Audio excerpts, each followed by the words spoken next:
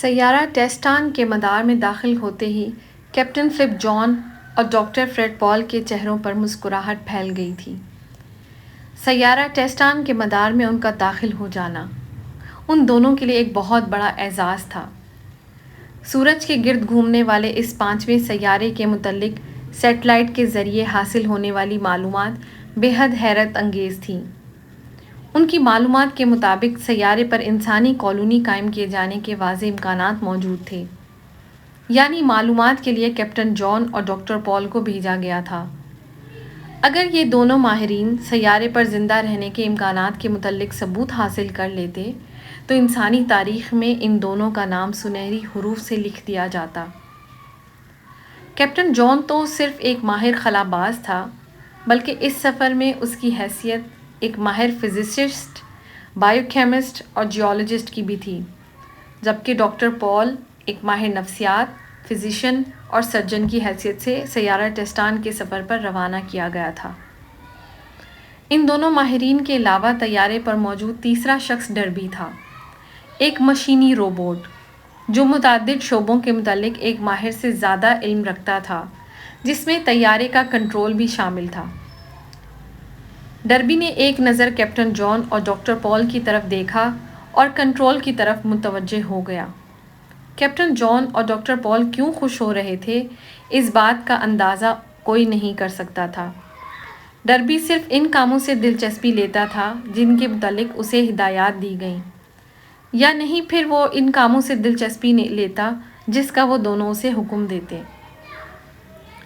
سیارے پر پہلا قدم کون رکھے گا؟ کیپٹن جان اور ڈاکٹر پال کے درمیان زوردار بحث چھڑی ہوئی تھی۔ وہ دونوں ہی ایک ساتھ سیارے پر اترنا چاہتے تھے کہ ڈربی نے رپورٹ دینا شروع کی۔ سیارے کا قطر تقریباً 2 چاندوں کے برابر ہے۔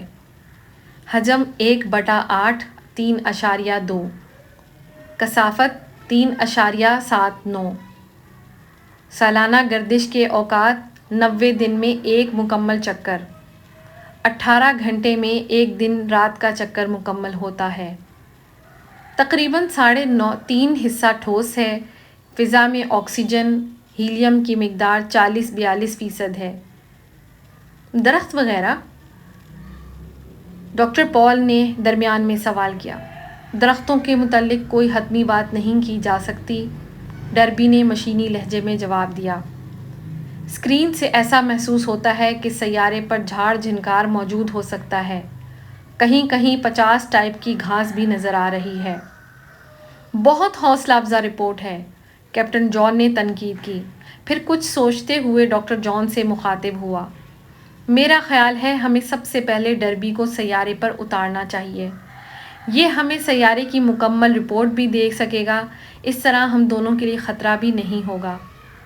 ٹھیک کہتے ہو، ڈاکٹر پال نے فوراً اس بات میں سر ہلایا۔ سیارے پر آکسیجن کی موجودگی کا مطلب یہ ہے کہ یہاں پہ جانور بھی موجود ہو سکتے ہیں، جو پتہ نہیں کس قسم کے ہوں گے۔ کچھ دیر بعد ڈربی ایک چھوٹی سی وزنی بوٹ میں سیارہ ٹیسٹان پر اتر رہا تھا۔ سیارے پر کشش ثقل کے زمین کے مقابلے میں کچھ فیصد کم ہے۔ بوٹ کے سیارے کی سطح سے ٹکراتے ہی ڈربی نے رپورٹ دی۔ آپ لوگ یہاں بآسانی چہل قدمی کر سکیں گے۔ سیارے کی سطح کیک کی طرح نرم ہے۔ درجہ حرارت؟ کیپٹن جان نے ریڈیو آن کرتے ہوئے ڈربی سے سوال کیا۔ درجہ حرارت 15 ڈگری سینٹی گریڈ ہے، نمی کا تناسب 5% ہے، ڈربی مشینی لہجے میں رپورٹ دینے لگا۔ سطح پر گھاس موجود ہے، زرد رنگ کی گھاس، غالباً کلوروفل کی کمی کی وجہ سے سبز رنگ کی کمی ہے۔ ڈربی کا لب و لہجہ مکمل طور پر مشینی تھا، لیکن اس کی رپورٹ کا ہر لفظ زمین کے ان دونوں خلابازوں کا خون گرم کر رہا تھا۔ سیارے پر سورج کی روشنی عمودی پڑ رہی ہے، آسمان کا رنگ گہرا نیلا ہے، لینڈنگ پوزیشن سے شمال کی جانب پہاڑی سلسلہ موجود ہے، بلند ترین چوٹی 9000 فٹ تک بلند ہو سکتی ہے۔ کسی جانور کی موجودگی کا کیا امکان ہے؟ کیپٹن جان نے درمیان میں پھر سوال کیا۔ کیا تمہارے خیال میں سیارے پر جانور ہو سکتے ہیں؟ یس سر، کچھ دیر بعد ریڈیو کنٹرول پر ڈربی کی آواز ابھری۔ سیارے پر زندگی موجود ہونے کے امکانات موجود ہیں۔ کس قسم کی زندگی ہو سکتی ہے اور کس قسم کے جانور ہوں گے، یہ بات اس وقت تک نہیں کی جا سکتی جب تک میں کسی جانور کا ایکس رے نہ لے لوں۔ آل رائٹ ڈربی، کیپٹن نے طویل ہنکاری بھرتے ہوئے قطع کلامی کی۔ کسی بھی جانور اور جاندار کے رینج میں آتے ہی اس کی مکمل رپورٹ دو۔ کسی بھی قسم کا کوئی خطرہ محسوس کرو تو فوراً رابطہ کرنا۔ اوور۔ میں کسی چیز سے خطرہ محسوس نہیں کرتا، کیپٹن۔ اوور۔ ڈربی نے جواب دے کر ریڈیو سوئچ بند کر دیا اور کیپٹن جان اور ڈاکٹر پال خوش ہونے لگے۔ ہیلو ڈربی، ٹو کیپٹن جان۔ کچھ دیر بعد یہ ریڈیو ریسیور سے ڈربی کی مشینی آواز ابھری۔ یس ڈربی، کیپٹن نے فوراً جواب دیا۔ کیا رپورٹ ہے؟ سیارے پر ایک عجیب اور قسم کے جانور موجود ہیں جس کے ایکس رے فوٹو میری میموری میں نہیں۔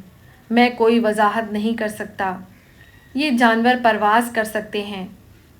میں کیمرے آن کر رہا ہوں، کیپٹن جان نے جواب دے کر اسکرین آن کیا اور حیرت زدہ ہو کر اسکرین کو گھورنے لگا۔